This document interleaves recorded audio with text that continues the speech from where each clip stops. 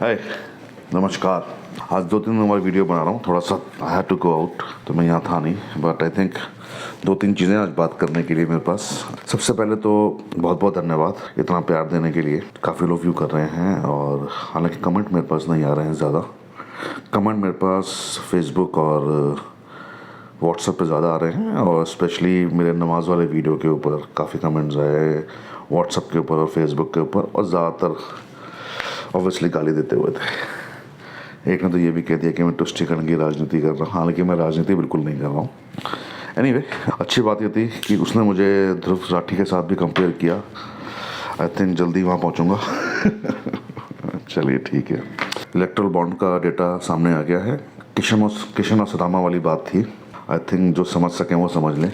चावल की मुट्ठी कितनी बड़ी थी ये तो सबको दिख रहा था, पर कौन कौन सदामा था, किस किसने कितना कितना चावल दिया ये मालूम नहीं था। वो मालूम पड़ गया है। हालांकि अभी तक ये मालूम नहीं पड़ा है कि उस सदामा का कृष्ण कौन था, किस सदामा का कृष्ण कौन है, ये मालूम नहीं पड़ा अभी तक। सुप्रीम कोर्ट में गए हैं कल, देखो सुप्रीम कोर्ट ने ऑर्डर तो दिया है, पर सुप्रीम कोर्ट को भी एसबीआई का स्वाद मालूम पड़ गया। सुप्रीम कोर्ट को मालूम पड़ गया कि बहुत जब एसबीआई सुप्रीम कोर्ट के साथ इतना बड़ा खेल खेल सकता है तो आम आदमी के साथ क्या करता होगा।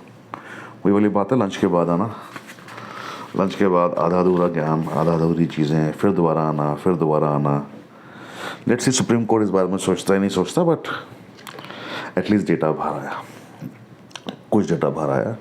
कयास तो उससे लगाई जा सकते हैं, स्पेकुलेशन तो लगाई जा सकते हैं। सबसे बड़ी चीज़ ये कि टॉप 30 जो डोनर्स थे उनमें से टॉप 15 डोनर्स के साथ ये हुआ है कि या तो उनके पास उनके ऊपर रेट्स पड़ी थी अलग अलग डिपार्टमेंट्स की, और जब उन्होंने बॉन्ड खरीदे उसके आसपास की बात है कि रेट पड़ी 10 दिन के अंदर बॉन्ड खरीद लिए, रेट पड़ी 5 दिन के अंदर बॉन्ड खरीद लिए।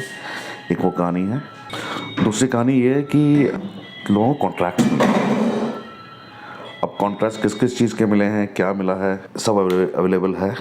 मेघा इंजीनियरिंग को बहुत बड़े कॉन्ट्रैक्ट्स मिले हैं। और बात ये नहीं कि सिर्फ सेंट्रल गवर्नमेंट की बात है। अब देखा जाए तो सेकंड नंबर की पार्टी जिसको सबसे ज़्यादा बॉन्ड से चंदा मिला वो है तृणमूल कांग्रेस, एक लोकल रीजन की पार्टी। और सबसे सारा चंदा तब मिला उन्हें जब इलेक्शंस थे बंगाल में। तो आई थिंक स्पेकुलेशंस और कयास तो लगाए जा रहे हैं, चीज़ें सामने आ रही हैं, कितने बड़े घोटाले हैं, कितना बड़ी फिरौती वाली बात है, ये एक्सटॉर्शन वाली बात है, वो भी दिखाई दे रही है। किसने की एक्सटॉर्शन, कौन कर रहा है, पता नहीं, अभी नहीं पता। अभी तो सिर्फ अब डेटा, टाइमिंग्स, कब बेचा गया, कब खरीदा गया, कब बनाया गया, उससे बस स्पेकुलेशंस लग रही हैं। डेटा बड़ा क्लियरली अवेलेबल है। आप डेट्स देखेंगे, न्यूज़ देखेंगे, कॉन्ट्रैक्ट्स देखेंगे तो आपको मालूम पड़ जाएगा। शेल कंपनियों की बहुत सारा खुलासा हुआ है। सबसे बड़ी बात जो चीज़ इसमें सामने आई है कि अदानी और अंबानी का नाम बिल्कुल क्लियर नहीं आया है। हालांकि कुछ कंपनियां हैं जहां पर बात कर सकते हो कि उन लोगों ने दिया होगा चंदा इन्हें, जैसे क्विक सप्लाई चेन है, वहाँ पर 16% रिलायंस की भागीदारी है, तो क्या उसके थ्रू चंदा दिया गया। बहुत सारी कंपनियां नाम ही नहीं सुना, चंदा दिया गया।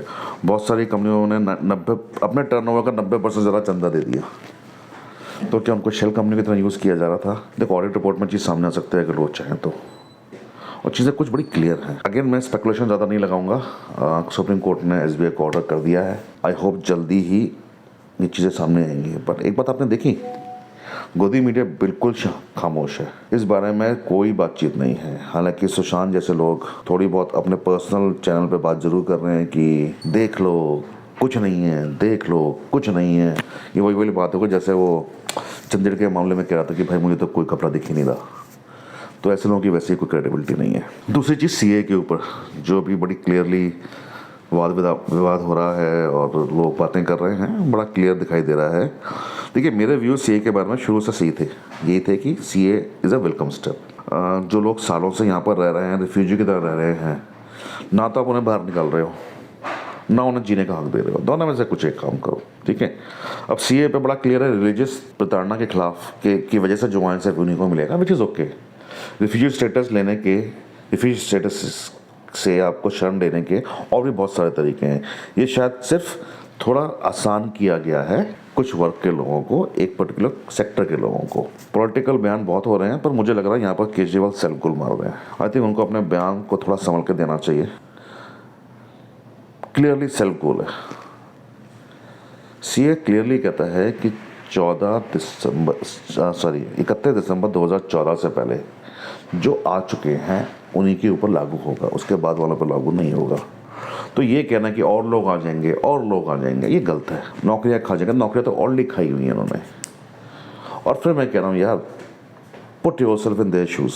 रिफ्यूजी यहाँ तो आप बात कर रहे हो दूसरे देश से आएगी। अरे भैया, कश्मीर के लोग रिफ्यूजी बन के जम्मू में रह रहे हैं, दिल्ली में रह रहे हैं। कितने सारे लोग रिफ्यूजी बन के रिफ्यूजी कॉलोनियाँ दिल्ली में बसी हुई हैं। बहुत सी स्टेट ऐसा ह्यूमैनिटी भी रखनी पड़ेगी हमें। आप बताइएगा आप लोगों के विचार क्या है इस बारे में। अगर आप लोगों को मेरे वीडियोस पसंद आते हैं तो थोड़ा शेयर कीजिए, अपने कमेंट्स डाल के मुझे थोड़ा प्रोत्साहित कीजिए, और मैं ऐसे वीडियोस आप लोगों को डालते रहूँगा। नमस्कार।